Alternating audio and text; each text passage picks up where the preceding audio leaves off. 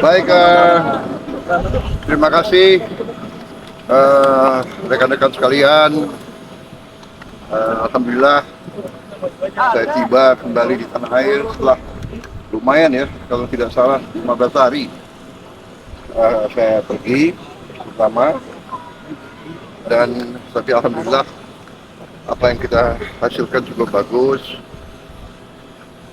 Saya hadir di BRICS di Rio de Janeiro, kemudian sebelumnya saya kunjungan kenegaraan ke Arab Saudi, ketemu pimpinan Arab Saudi, putra mahkota, Perdana Menteri, dan pimpinannya sangat bagus.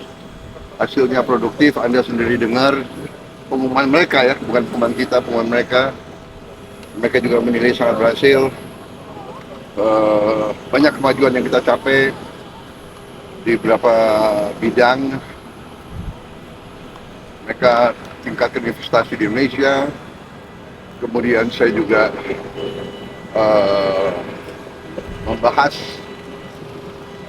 saya mengajukan bahwa Indonesia ingin membangun perkampungan haji yang permanen di situ. Secara prinsip mereka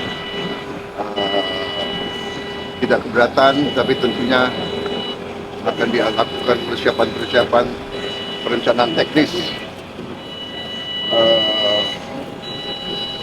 Saya sudah diberitahu rencana-rencananya, mudah-mudahan lancar. Di beberapa bidang kita juga sangat erat kerjasama dengan Arab Saudi, dengan negara-negara saudara-saudara kita di Timur Tengah,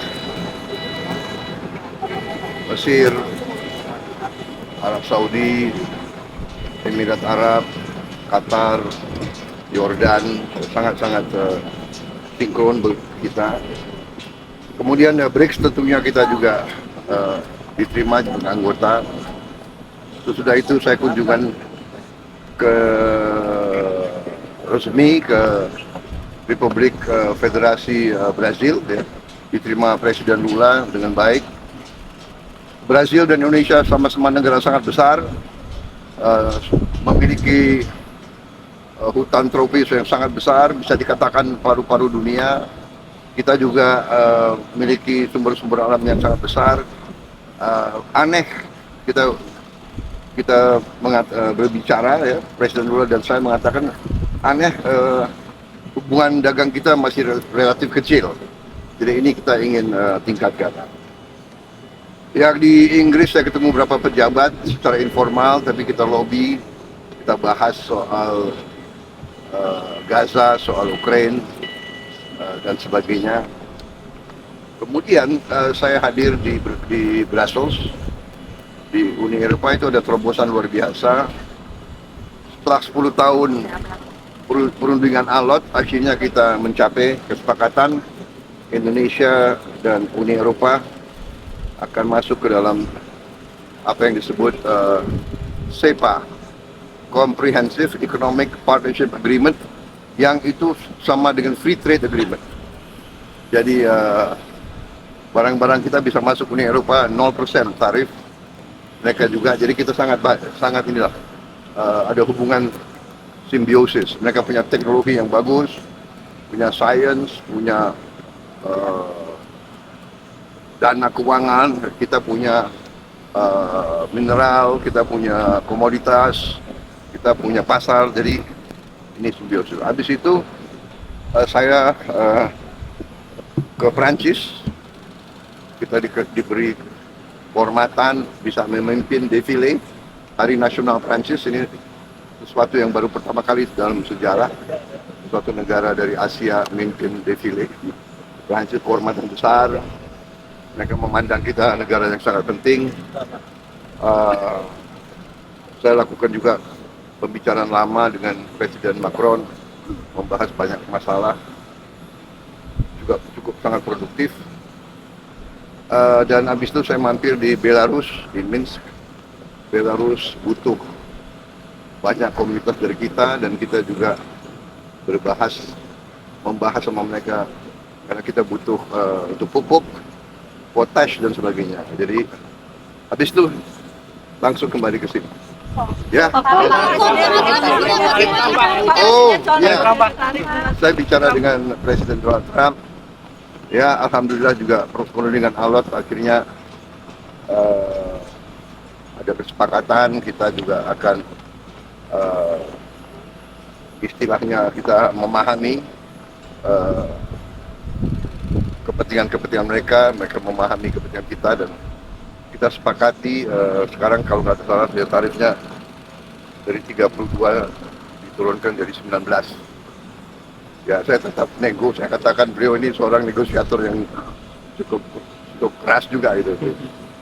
Ya, saya kira itu dari saya. Tapi apakah Indonesia melihat itu sekarang, Pak? Berapa barang dari Amerika, Pak? Di Boeing gitu-gitu kalau Presiden Trump bilang. Ya, memang kita kan perlu untuk membesarkan Garuda. Ya. Garuda adalah kebanggaan kita. Garuda adalah flag carrier nasional. Garuda lahir dalam perang kemerdekaan kita. Jadi Garuda harus menjadi lambang Indonesia. Kita bertekad, saya bertekad untuk membesarkan Garuda, dan untuk itu ya kita butuh pesawat baru. Ya. Dan saya kira nggak ada masalah karena kita butuh. Mereka ingin jual pesawat Boeing juga cukup bagus. Kita juga tetap dari Airbus ya. Jadi akhirnya terjadi pertemuan dua kepentingan. Kita juga butuh, sebagai contoh, kita masih impor BBM, kita masih impor gas, kita masih perlu impor gandum, kita masih perlu impor kedelai dan sebagainya. Jadi akhirnya kita bisa dapat suatu titik pertemuan. Pak, tapi kalau persen dari Amerika ini masih akan dinegosiasi lagi nggak, Pak? Dari defisit gimana, Pak? Ya, kita terus akan namanya hubungan dagang itu terus-menerus kita negosiasi. Ya. Nah. Ada rencana kunjungan ke sana, Pak? Mana? Ke Amerika? Ketemu Trump, Pak? Beliau katakan mungkin sekitar September Oktober. Bapak ke sana, Tapi saya agak ngeri kalau diajak main golf. Kenapa, Pak? Golf saya jelek sekali. Saya harus Saya harus les privat golf. Pak, Dulu bagus, sekarang udah nggak bisa lagi. hasil pertemuan ini apakah akan bagi Indonesia, apakah tetap akan menguntungkan dalam jangka panjang, Pak, mengingat kita membebaskan membebaskan pajak Amerika 0% gitu, Pak? Semua sudah kita hitung, semua kita berunding ya. Kita juga memikirkan yang penting bagi saya adalah rakyat saya. Yang penting saya harus lindungi pekerja-pekerja kita. Walaupun kita juga punya sikap ya. Ini tawaran kita nggak mampu memberi lebih. Tapi yang penting bagi saya pekerja-pekerja kita aman, dan saya sangat optimis ekonomi kita dalam kondisi yang kuat, kondisi yang bagus, ya kan.